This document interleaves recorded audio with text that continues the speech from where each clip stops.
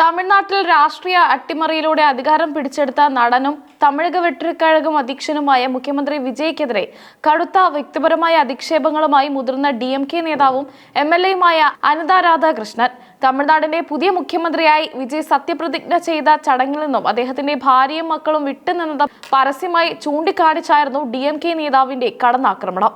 തിരുച്ചെന്തൂരിൽ നടന്ന പാർട്ടി പ്രവർത്തകരുടെ വിപുലമായ യോഗത്തെ അഭിസംബോധന ചെയ്ത് സംസാരിക്കവെയായിരുന്നു അനിത രാധാകൃഷ്ണൻ തമിഴ്നാട് രാഷ്ട്രീയത്തെ ചൂടുപിടിപ്പിക്കുന്ന പുതിയ വിവാദങ്ങൾക്ക് തിരികൊളുത്തിയത്.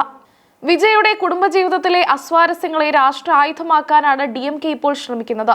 തമിഴ്നാട്ടിലെ സ്ത്രീകളെ സംരക്ഷിക്കുമെന്നാണ് വിജയ് പ്രസംഗിക്കുന്നത്. എന്നാൽ മറ്റുള്ളവരെ സംരക്ഷിക്കാൻ ഇറങ്ങുന്നതിന് മുൻപ് സ്വന്തം ഭാര്യയ്ക്കും മക്കൾക്കും മറുപടി നൽകാൻ വിജയ് തയ്യാറാകണം. നിങ്ങളും നിങ്ങളുടെ പാർട്ടിയും സ്ത്രീ സുരക്ഷയെക്കുറിച്ച് വാതോരാതെ സംസാരിക്കുന്നു. എന്നാൽ നിങ്ങളുടെ ജീവിതത്തിലെ ഏറ്റവും പ്രധാനപ്പെട്ട ദിവസമായ മുഖ്യമന്ത്രിയായുള്ള സത്യപ്രതിജ്ഞാ ചടങ്ങിൽ നിങ്ങളുടെ ഭാര്യയോ മക്കളോ പങ്കെടുത്തിരുന്നു എന്ന് അനിത രാധാകൃഷ്ണൻ പരസ്യമായി ചോദിച്ചു. ഇത് വിജയുടെ വ്യക്തിപരമായ പരാജയമാണെന്ന് വരുത്തി തീർക്കാനാണ് DMK ശ്രമിക്കുന്നത്. വിജയുടെ നേതൃത്വത്തിലുള്ള പുതിയ TVK സർക്കാരിന്റെ ആയുസിനെ കുറിച്ചും കടുത്ത പ്രവചനങ്ങളാണ് അനിത രാധാകൃഷ്ണൻ നടത്തിയത്. ഈ സർക്കാർ 6 മാസത്തിൽ കൂടുതൽ അധികാരത്തിൽ തുടരില്ലെന്നും ഭരണപരമായ പരിചയക്കുറവ് കാരണം 4-6 മാസത്തിനുള്ളിൽ തകരുമെന്നാണ് അദ്ദേഹം പറഞ്ഞത്.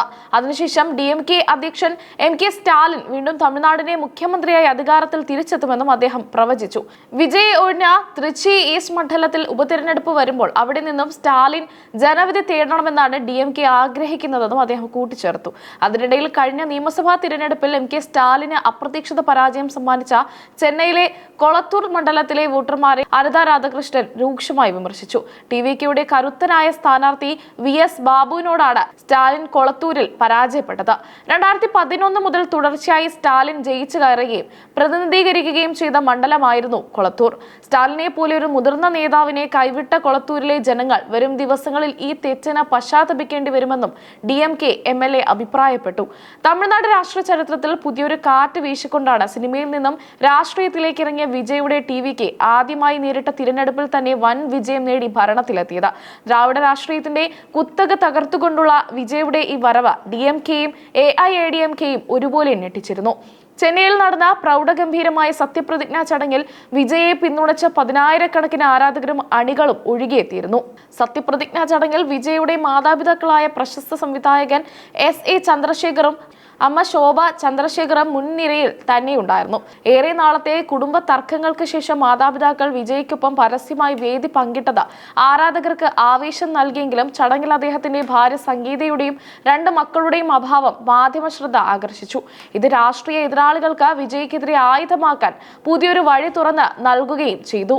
അതേസമയം തമിഴകത്തെ പ്രമുഖ നടി തൃഷ സത്യപ്രതിജ്ഞാ ചടങ്ങിൽ അതിഥിയായി എത്തിയത് തമിഴ്നാട്ടിൽ വലിയ ചർച്ചാ വിഷയമായി മാറി. വിജയുമായി നിരവധി ഹിറ്റ് സിനിമകളിൽ ഒരുമിച്ച് അഭിനയിച്ചിട്ടുള്ള തൃഷ ചടങ്ങിൽ പങ്കെടുത്തത് മാധ്യമങ്ങളും രാഷ്ട്രീയ നിരീക്ഷകരും അതീവ പ്രാധാന്യത്തോടെയാണ് വീക്ഷിച്ചത്.